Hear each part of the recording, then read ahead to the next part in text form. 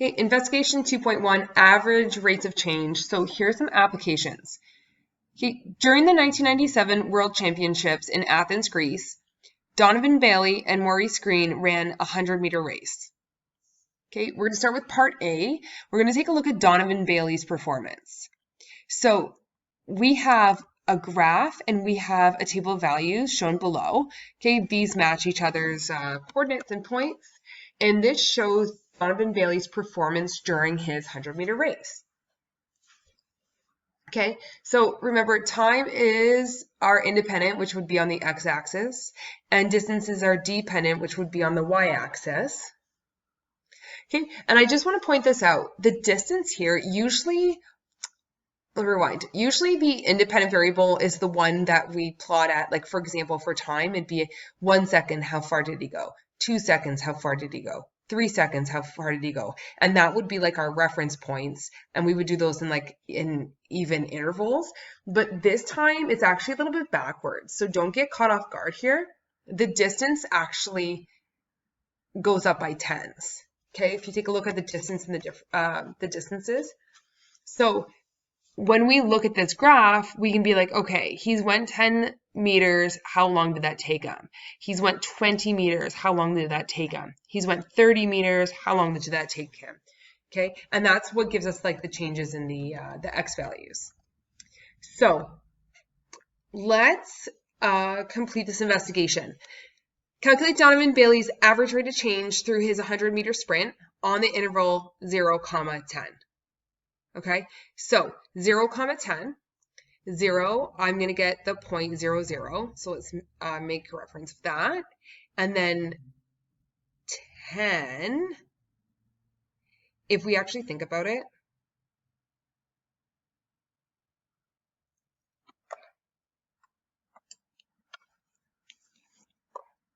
okay, so this would be, when we talk about interval, we talk about the x variable, right, which is time. So that would be up to 10. Okay, we can't really calculate that, but we will calculate it with 9.77 and 100.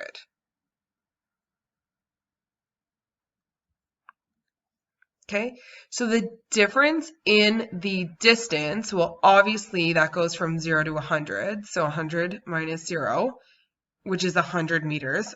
Obviously, he starts at like a reference point of 0, and then he goes to 100 meters away. And then the time is going to be 9.77 minus 0. So if we did 10 divided by 9.77, I get, 100 divided by 9.77, I get 10.23. Let's go 24. Okay, and that's going to be measured in, because it's delta D, so distance is meters, over delta T, so the difference in time, which is seconds. Okay, meters per second. Now, 2 is asking us to actually draw a line from 0, 0 to 9.77, 100. So, of course, with your ruler, you're going to take your ruler and you're going to draw this nice line, okay, from 9.77 or 0, 0 to 9.77, 100. Okay, so we're going to get this line that goes. That's okay if like the blue line segments here curves underneath. That's okay. You're going to get a line that goes over. Okay, but it's going to touch at either end. It's going to touch at the beginning point and the end point. So this line here actually represents the average rate of change.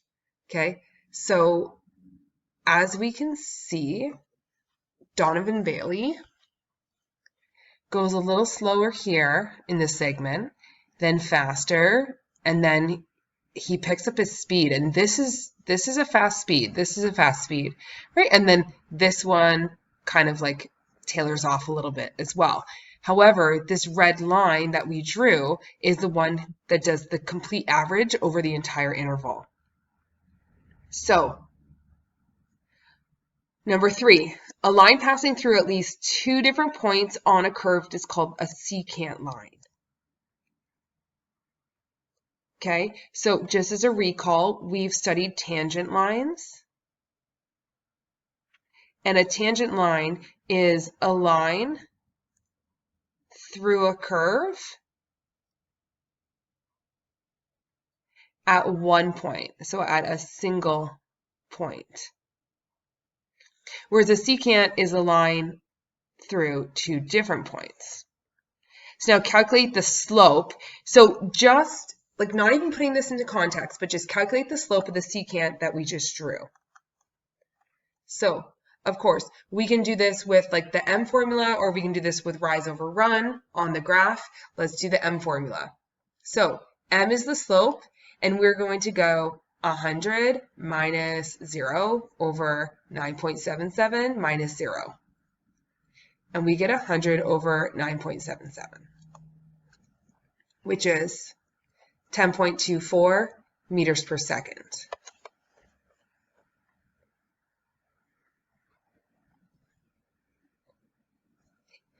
Now, number 4, explain the relationship between our answers in part. We should like reference this as 1, and then the slope, which is like part 3. So let's talk about the difference there, okay?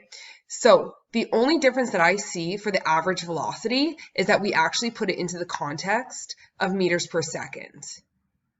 So the average velocity and the slope across the entire thing. So maybe I shouldn't have put meters per second for the slope. The slope is just like without the rate of change, but it's the same thing, right? So we're getting the same slope / rate of change.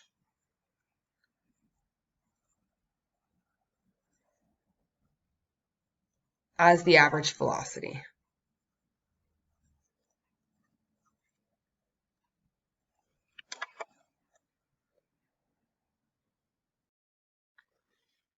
Okay. So let's draw secants from 0, 0 to 5.44, comma 50, and then again from that point 5.44, comma 50 to 9.77, comma 100. So what is that going to look like? Okay, so going to the graph, we're going to go from 0, 0 to 5.44, which is this one here. Okay. Oh, let me do this in a color that's not blue. So we're going to go from here to here. This a little deeper green. And get this as straight as possible. So there we go. So that one, and then that one. Okay. So it's going to be approximate because I'm doing it by hand, but if you're doing it with a ruler, it's going to be much nicer. Okay, now calculate the average velocities by the secants drawn in A. So let's call this like AB. So let's go average velocity of AB. Okay, and we're going to get 50 minus 0, 5.44 minus 0. Okay, so in other words, we get 50 over 5.44, which gives us 9 point, let's round to 9 point, let's go 19 meters per second. Okay, and then this is going to be BC. So the average velocity of BC is going to be 100 minus 50 over 9.77 minus 5.44. So this is 50 over 4.33. And I get 11.55. And that's meter per second. Okay. Now let's compare and explain Bailey's performance during the first half. So the first 50 meters, he was going 9.19 meters per second. And in the second half, so the last 50 meters, he was going 11.55 meters per second. Okay, so what would you want to know if this was a race? So first half is faster. He was faster. And then obviously second half he slowed down.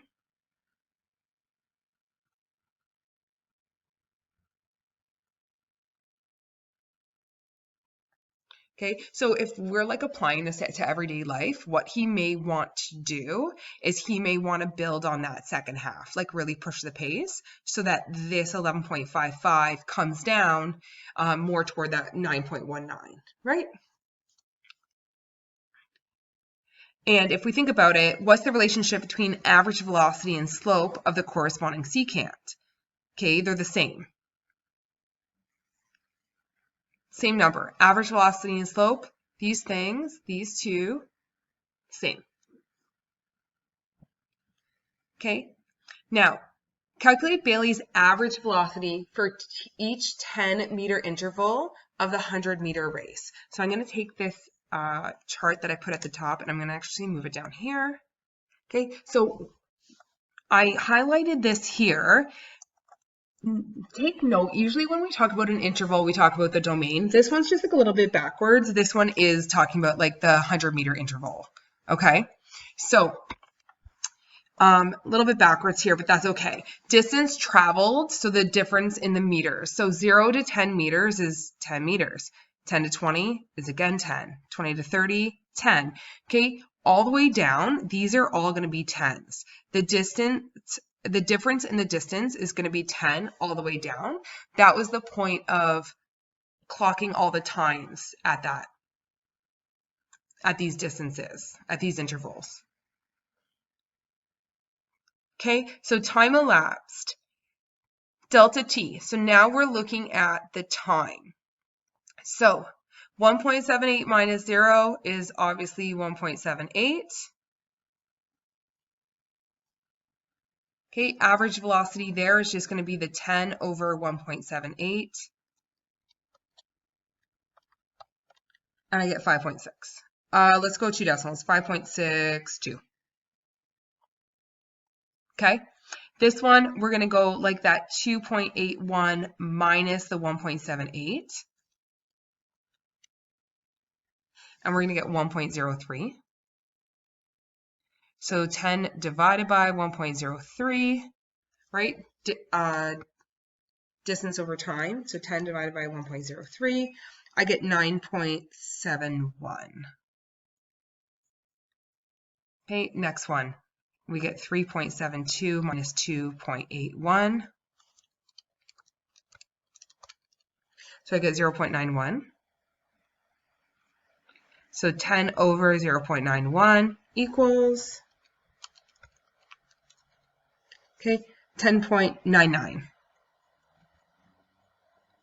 Okay, and let me go ahead and continue to fill this in. So 4.59 minus 3.72.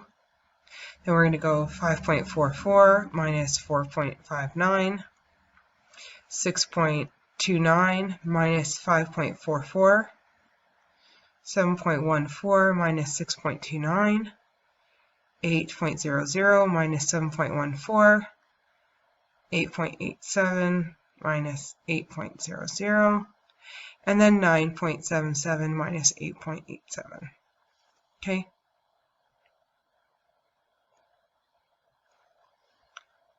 And we're going to get these numbers, and then we're going to go 10 divided by that number, all the way down. 10 divided by that number. So I'm just setting this up, and then I'm going to do all my calculations now.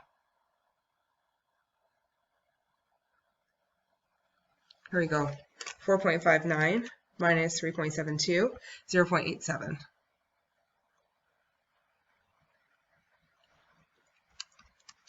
I get 10.87. Okay, 5.44 minus 4.59, 0.85. I get 11.76. Okay, 6.29 minus 5.44, 0.83.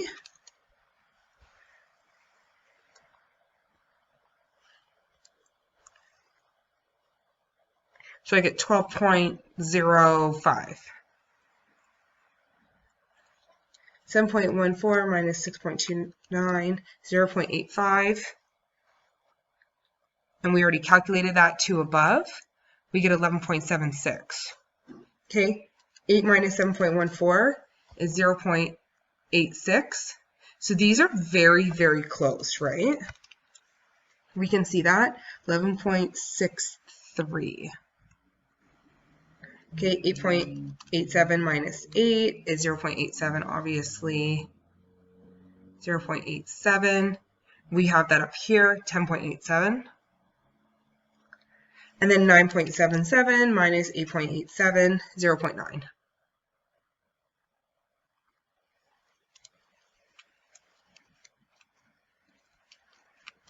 Which is 11.11.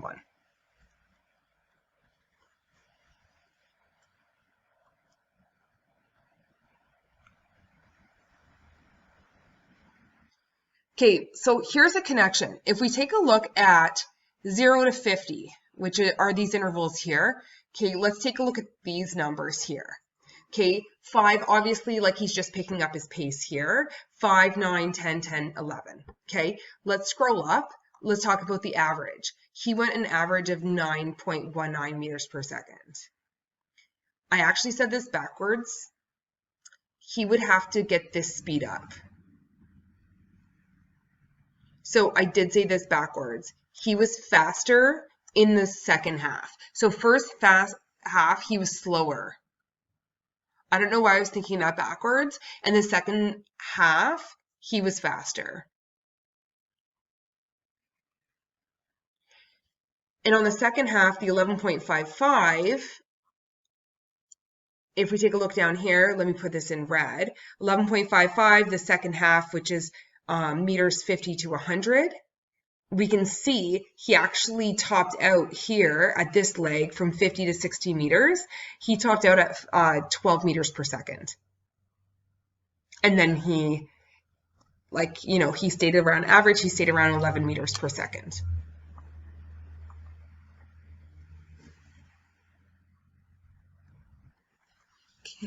Okay, so we did Donovan Bailey in its entirety, very, very comb through. So now let's take a look at Maurice Green's performance.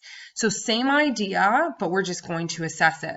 Okay, the graph and table are shown below for Maurice Green's performance during the same 100-meter race. Okay, I remember this race when I was a kid. It was huge. Okay, time and distance. Again, distance is in the tens. Okay, so 10-meter intervals. So what we're going to do, so we're not going to do all of the secants or anything. What we're going to do is we are going to just come down here and calculate Maurice Green's average velocity for each 10-meter interval in the race. And then we're going to record our answers. Okay, so the distance traveled, again, all of these intervals are in tens. So we can go down our entire chart and write tens there. Then we're going to take a look at the time. Okay, so I just pasted the table over here, so let's scroll over. So time elapsed. So I'm going to write all of the time. So 1.71 minus 0 is clearly just 1.71, and we're going to do the 10 divided by 1.71. Okay, 2.75 minus 1.71, and then whatever that is, 10 divided by that. Okay, we're going to go 3.67 minus 2.75, 4.55 minus 3.67, 5.42 minus 4.55, 6.27 minus 5.42,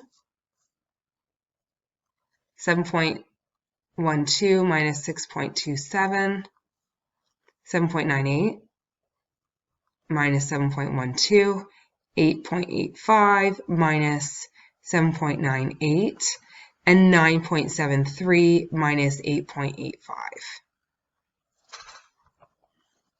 Okay, so we have 2.75 minus 1.71. So this is 1.04. So if we do 10 divided by 1.04, I get 9.6. Oops, and then 10 divided by 1.71, I get 5.8. Let's go 5.85. And then 9.6, it would be 2. Okay, so 3.67 minus 2.75, 0.92. I get 10.87.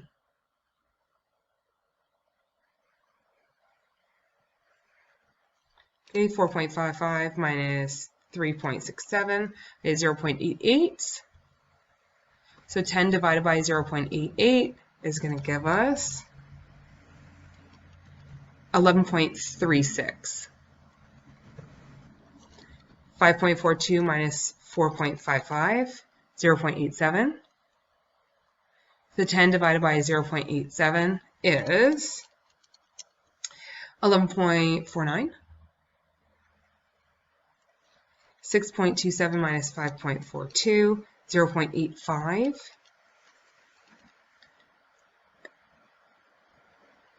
So 10 divided by 0.85 is 11.76. 7.12 minus 6.27, 0.85 again. So that's 10 divided by 0.85. We're going to get the same thing. So that's pretty consistent over that interval. 7.98 minus 7.12. Oh, I get 0.86. 0.86. So 10 divided by 0.86, I get 11.63. 8.85 minus 7.98, 0.87. And we get 11.49. And then 9.73 minus 8.85, I get 0.88. And we already calculated this one. So he is pretty consistent here. Calculated it here, 11.36.